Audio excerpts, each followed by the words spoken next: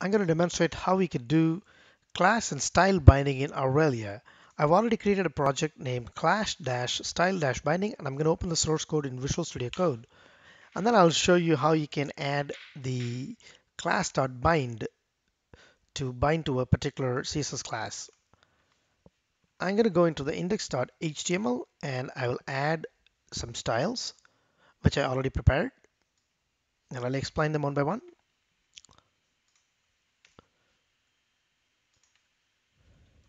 So the first one is the font family of the body. I'm going to use Verdana and then I'll fall back to Arial. And then I introduced a style called strikeout, and which is going to strike out the text using the text dash decoration line through. And the unordered list padding left is 0 and the list index pad, the list style type equals none, which means that no bullet will be displayed. So I'm going to save this and then I'm going to go into the app.html where I've used the span to display the t.description. That's where I'm going to add this strikeout style using class.bind. And I'm going to check if that particular to-do is done. If it is done, use the ternary operator to set the style to strikeout. If not, no style, that's blank. And that should do.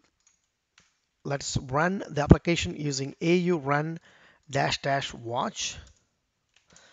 And now let's see what port the au command line picks up.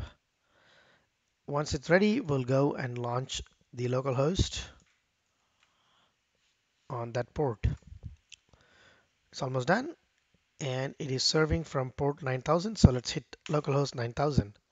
There we go. As you can see, the task2's done property was set to true, which means that this expression gets evaluated and it adds a style as strikeout. But when you go there and uncheck it, it's going to remove that to a blank style. Similarly, when you do this one, it's going to do that. As you can see, it uses the Verdana font.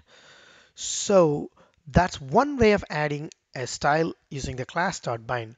There are a couple more options as well. There is a style and there's a CSS. You can do style.bind, you can also do CSS.bind.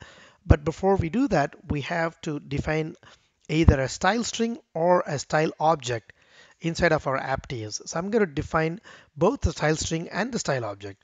So the style string is going to be representing the CSS style as a string using the text decoration line through, whereas the style object uses an object syntax where you have the attribute value syntax.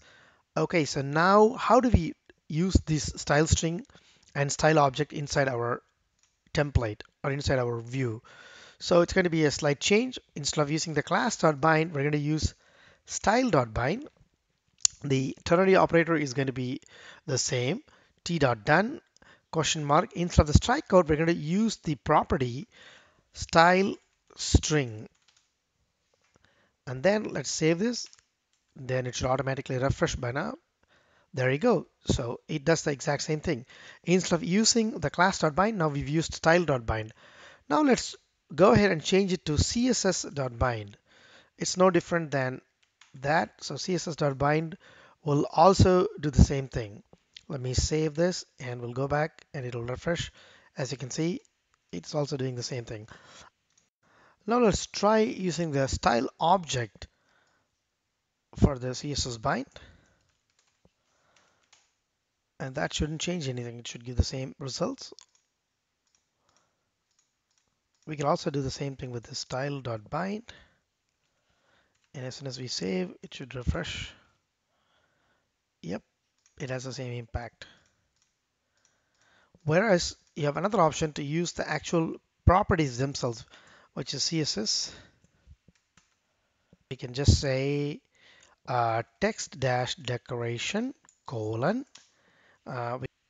if t.done is true, then we want to use the line dash through. Otherwise, we want to use the blank style. So we'll close the whole expression into the string interpolation syntax.